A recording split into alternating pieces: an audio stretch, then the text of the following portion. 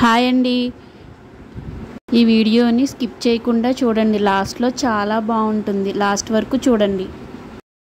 మేము సండే రోజున అందరం కలిసి వనభోజనాలకి వెళ్ళాము.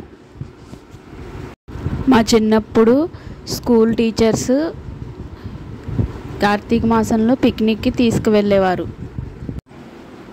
పిక్నిక్ అంటే ఎక్కడికో తీసుకెళ్ళేవారు కాదండి, మా ఊర్లోనే తూర్పుగోదావరికి తీసుకువెళ్ళేవారు.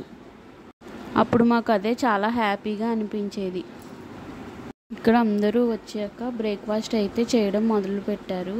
మన బ్రేక్ఫాస్ట్ మెనూ వచ్చేసి బజ్జీ, కొబ్బరి చట్నీ, ఉప్మా పెట్టారు. అందరం టిఫిన్ తినేసి పూజ దగ్గరకు వెళ్ళి పూజలో కూర్చుని కాసేపు పూజ అంతా అయిపోయిన తర్వాత పంతులు గారు ఆశీర్వచనం ఇచ్చారు. ఆశీర్వచనం తీసుకుని తీర్థప్రసాదాలు తీసుకుని ఆ తర్వాత పిల్లలకి గేమ్స్ అవన్నీ కూడా పెట్టారు. అవన్నీ కాసేపు ఎంజాయ్ చేసిన తర్వాత లంచ్ టైం అయితే అయింది. లంచ్ స్టార్ట్ చేశారు. లంచ్ మెనూ వచ్చేసి బూరెలు, బజ్జీ, ఇంకా క్యాప్సికమ్ అండ్ పన్నీర్ కర్రీ, కందా బచ్చలి కూర, చిక్కుడుకాయ కాలీఫ్లవర్ కర్రీ, వైట్ రైస్, ఇంకా సాంబారు, పప్పు, ఆవకాయ పచ్చడి. Gautami ghat walkers and yoga welfare association వారు ఏర్పాటు చేసిన గౌతమి ఘాట్లు వారి యొక్క ఫ్రెండ్స్కి అందరికీ ఏర్పాటు చేసిన వన భోజనానికి వచ్చిన అందరికీ కూడా భోజనాలు ఏర్పాటు చేయడం జరిగింది. అందరూ వచ్చి భోజనాలు చేసి వెళ్ళవలసిందిగా కోరుతున్నాం. Thank you.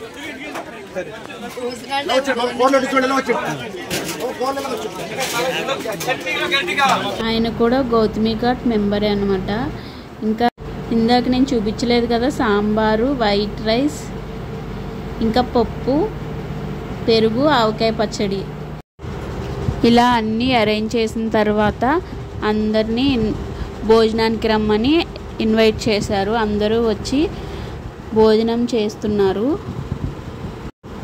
తర్వాత నేను కూడా అన్నీ పెట్టించుకుని భోజనం అయితే చేసేసాను. టేస్ట్ అయితే అన్నీ కూడా అదిరిపోయినాయి అండి, చాలా బాగా చేశారు, అన్నీ కూడా బాగున్నాయి. భోజనాలు అయిపోయిన తర్వాత కొంచెం సేపు హౌసీ గేమ్ కండక్ట్ చేశారు. అది కూడా కొంచెంసేపు ఆడుకున్న తర్వాత ఐస్ క్రీమ్ అయితే పెట్టారు. ఐస్ క్రీమ్ తినేసి మేము కొంచెంసేపు ఉండి ఇంటికైతే తిరిగి వచ్చేసాము. నాకైతే అక్కడ అసలు ఎవ్వరూ తెలీదు. ఆరుష్ వాళ్ళ నాన్నగారు ఇద్దరు వెళ్తారు. యోగా క్లాస్కి అండ్ కరాటీ క్లాస్కి ఏమో ఆరుష్ వెళ్తారు. నాకైతే అసలు వాళ్ళు ఎవ్వరూ తెలియదండి. అందుకనే నేను బోర్గా ఉంటుందని చెప్పి నేను రానని చెప్పాను. కానీ అసలు ఎక్కడ బోర్ అనేదే లేకుండా చాలా బాగా ఎంజాయ్ చేశాను. గౌతమి ఘాట్లో ఓంకారేశ్వర స్వామి టెంపుల్ ఉంటుంది, చాలా బాగుంటుంది. అక్కడ స్వామివారికి 108 బిందెలు గోదావరి జలంతో అభిషేకం చేస్తే కోరిన కోరికలు తీరుతున్నాయని అందరూ కూడా అంటున్నారు. కానీ అది నిజమే అని ఒక అమ్మాయి చెప్పిందన్నమాట. ఆవిడికి అలాగే మొక్కు తీర్చుకుంటే జాబ్ వచ్చిందంటండి, అలాగే పాప కూడా పుట్టిందంట. వీలైతే వెళ్ళి ఒకసారి దర్శనం చేసుకోండి.